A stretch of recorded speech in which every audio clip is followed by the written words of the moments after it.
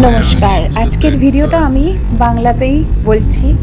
এটা পশ্চিমবাংলার একটা অপূর্ব সুন্দরী এক জেলা, আর সেটার নাম আমি একটু পরে বলছি। আমি বেড়াতে গিয়েছিলাম এই কিছুদিন আগে। আমার ছেলের পরীক্ষা শেষ হওয়ার পর একটা ভ্যাকেশন, ছোট্ট ভ্যাকেশন পাওয়া যায়। তো সেই ছুটি, একটা ছোট্ট ছুটি আমরা পেয়েছিলাম। প্রত্যেক বছরই আমরা পাই। তো এবার ভেবেছি যে এবার যাবই। তো সেই সুন্দরী, অপূর্ব সুন্দরী সেই জায়গা। তো আমরা রোড ট্রিপ করে, মানে আমাদের গাড়ি করে গিয়েছিলাম। রোড ট্রিপের মজা আমার খুবই ভালো লাগে। তো আপনারা অবশ্যই ট্রেনে করেও যেতে পারেন। যারা ট্রেনে করে যেতে পারেন তাদের ক্ষেত্রে আমি বলি অনেক রকম অপশান আছে, কোনো প্রবলেম নেই, আর খুব তাড়াতাড়ি পৌঁছে যাবেন। তো এই হচ্ছে দ্বিতীয় হুগলি সেতু। দ্বিতীয় হুগলি সেতু দিয়ে আমরা ছুটে চলেছি। রাস্তা একদম ফাঁকা, কোনো অসুবিধা হয়নি, নো ট্রাফিক। তো টাইমিংসটা একটু দেখে তারপর স্টার্ট করলে ভালো হয়। বেশি বেলায় স্টার্ট করলে কি হবে, যানজট হওয়ার সম্ভাবনা থাকে। আর সেটা হলো পুরুলিয়া। পুরুলিয়া এতই সুন্দর, প্রত্যেকবার শুধু শুনি গল্প। এবার আমরা ভাবলাম যে না, একটু গিয়ে দেখলে কেমন হয়। তো গাড়িতে আমরা যখন কোনো ট্রিপে যাই একটু ঝাড়াঝাপটা হয়ে, আমি রাস্তাঘাট দেখতে দেখতে সমস্ত কিছু অবজার্ভ করতে করতে যেতে ভালোবাসি। ছেলে এখন বড় হয়ে গেছে, ছেলেরা, তো ওদের জন্য আমার এখন কোনো চাপ নিতে হয় না। রাস্তার ধারে যে কোনো ছোটোখাটো দোকানে দাঁড়িয়ে একটু চা বিস্কুট খেয়ে নিলেই হয়ে গেল। আর আমরা এবারও তাই করব বলে ঠিক করেছিলাম। তো আমাদের সঙ্গে একজন ড্রাইভার দাদা ছিলেন। তো উনিও খুবই সাহায্য করেছেন, টানা তিনি চালাননি। তো আমার হাজব্যান্ডও একসঙ্গে দুজনে মিলে অনেকটা পথ ড্রাইভ করে আমরা ছুটে চলেছি পুরুলিয়ার দিকে। তো এই রাস্তাটা ঠিক শান্তিনিকেতন, বর্ধমান দিয়ে যে আমরা যে রাস্তা দিয়ে ঢুকি শান্তিনিকেতনে যাওয়ার জন্য, ওইখান দিয়ে হাইওয়েটা গেছে, সেই রাস্তা ধরে যেতে হয়। এটা ঠিক মেদিনীপুর, কোলাঘাট ওসব জায়গাগুলো পড়বে না। তো পরিচিত যে সমস্ত দোকান পাটগুলো আমরা জানতাম, যেখান থেকে আমরা সকালে ব্রেকফাস্ট করতাম, কারণ আমরা সচরাচর ওই সমস্ত রুটেই যাতায়াত করতাম, ঘোরাঘুরি করেছি, সেগুলো কিন্তু এই রাস্তায় কিছুই পড়েনি। তো সেখানে আমাদের একটু নতুন কিছু এক্সপ্লোর করতেই হবে। তো এইখানেও একটা খুব ভালো জায়গা রয়েছে, সেটাও যাওয়ার পথে পড়বে হচ্ছে শক্তিগড় ভীষণ বিখ্যাত একটা মিষ্টির জন্য, সেটা হলো ল্যাংচা। এই যে দেখছেন টিফিন বক্সে, এটা হলো ল্যাংচা। গোলাপজাম গোল গোল হয়, সেটারই একটা লম্বা সংস্করণ। খুবই সুস্বাদু একটা মিষ্টি। তার সাথে সাথে বর্ধমানে নানান রকমের মিষ্টি পাওয়া যায়, যেমন সীতাভোগ, মিহিদানা। এই সমস্ত মিষ্টির জন্য বর্ধমান হলো বিখ্যাত। তো এই বর্ধমানের ওপর দিয়ে যখনই কেউ যাতায়াত করে, এই সমস্ত মিষ্টি কিনে তারা বাড়ির জন্য নিয়ে আসে।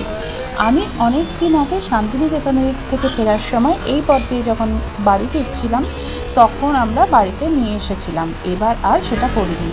তো এই যে দেখছেন না, এখানে একটা বড় ভলভো বাস দাঁড়িয়ে আছে।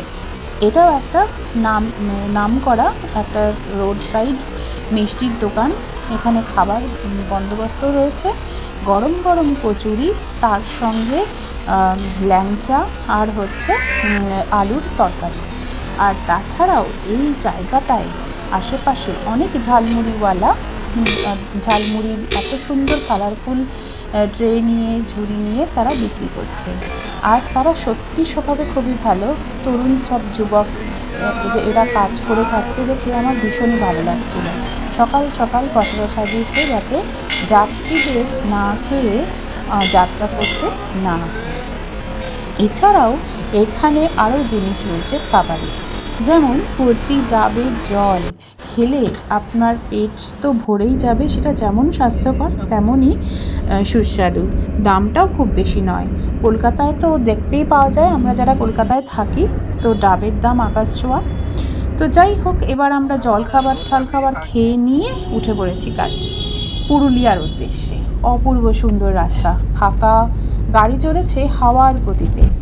আমরা এবার পুরুলিয়ার যে অংশটায় গিয়েছিলাম সেটা হলো বরন্তি আর ওখান থেকে বরন্তী লেক কাছে, এছাড়া রয়েছে জয়চণ্ডী পাহাড়।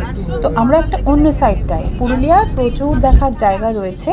আমি অন্যবার যখন যাব তখন এই সাইডটায় না গিয়ে অন্য আরেকটা দিকে যাব, তো সেখানে আপনাদেরকে আবার শেয়ার করব।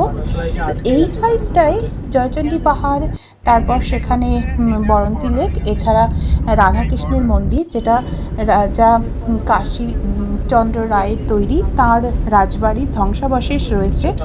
অপূর্ব সুন্দর একটা অনুভূতি। আমাদের বাংলার রাজারাও অনেক কীর্তি রেখে গেছেন, হাজার হাজার বছরের হলেও সেই মন্দির এখনো অক্ষত, ইটের তৈরি।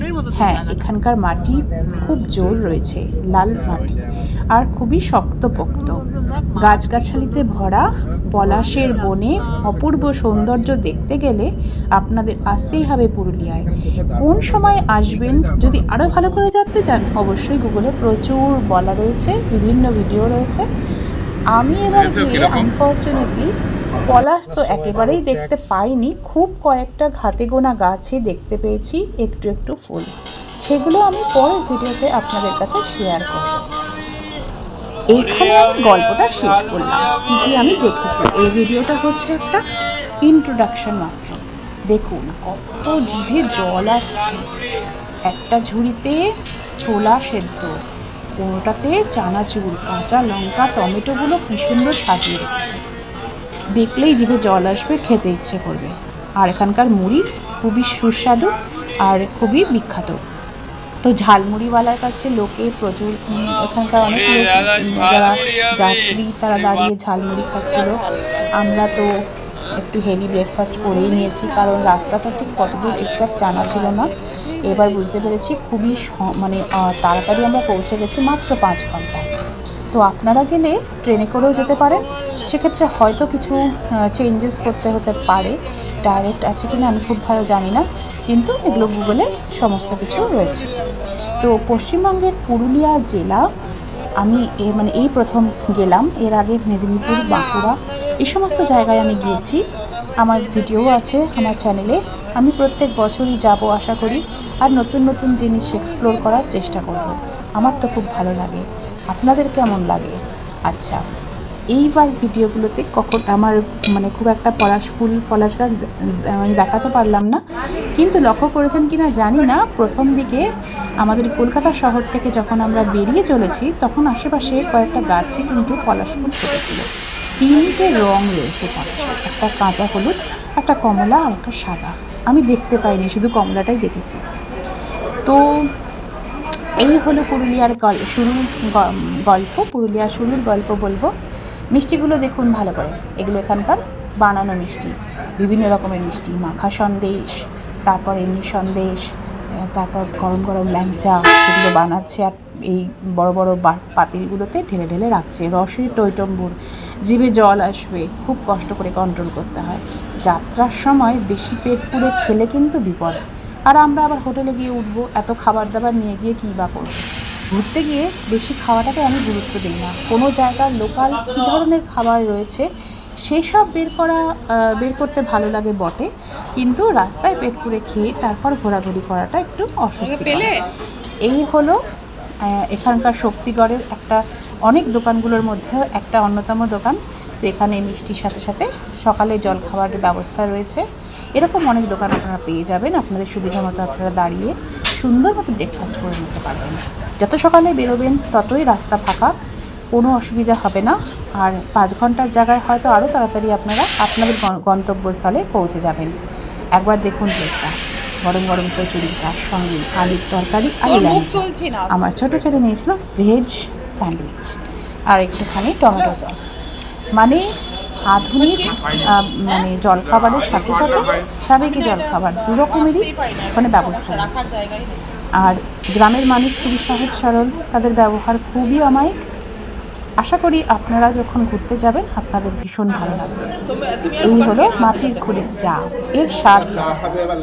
চায়ের উপরে যেই ফেনাগুলো যখন পড়ে না, তখন মনটা যেন ভরে ওঠে, অপূর্ব লাগে, খেতে ইচ্ছে করে না, মনে হয় দেখতে থাকি সাজিয়ে। তো মাটির খুঁড়ির চা আর এই জলখাবারের দাম খুবই কম ছিল। চাইলে আরও বেশি করে আপনারা নিতেও পারেন, হয়তো অল্প কিছু টাকা অ্যাড করতে হবে। কিন্তু কলকাতার রেস্টুরেন্টগুলোতে আমরা যে সমস্ত খাবার খাই তার থেকে অনেক ভালো ছিল। দেখা হবে নেক্সট ভিডিওতে। বাই।